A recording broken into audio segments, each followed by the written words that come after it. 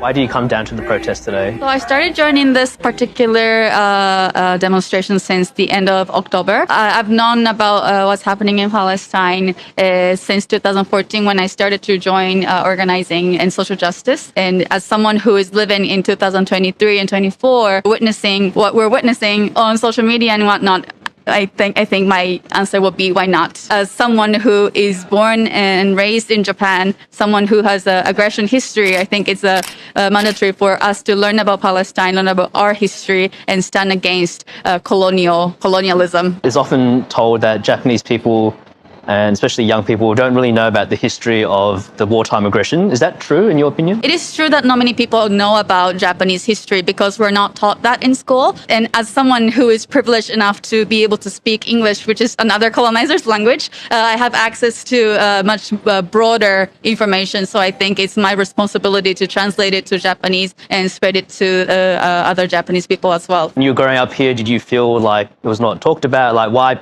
these particular issues? It's just my personality. I was born and raised in Japan, but for some reason I had a really strong sense of justice growing up. So my family couldn't handle it. They were like, oh, we gave birth to a foreigner, although back then I didn't even speak English at all. So I think there's a peer pressure culture. Of course, you may have heard. People don't want to disturb the surface of, what looks seemingly calm. Do you think many people know about what's going on today? I hear from my Japanese friends that I'm the only account that shares about Palestine and what's happening in Gaza right now on their timeline. So the general feel will be, oh, I didn't know about it. Not many people post about it. And even if they hear about what's happening, they don't want to do a deep dive into it because that is too depressing for them. I feel like many Japanese people, they have really low tolerance against suffering that's happening elsewhere. I work in a Japanese company, for example, and people know about what's happening in Gaza because it affects the economy. But they may not know about the history, or they may prioritize the economic impact over justice or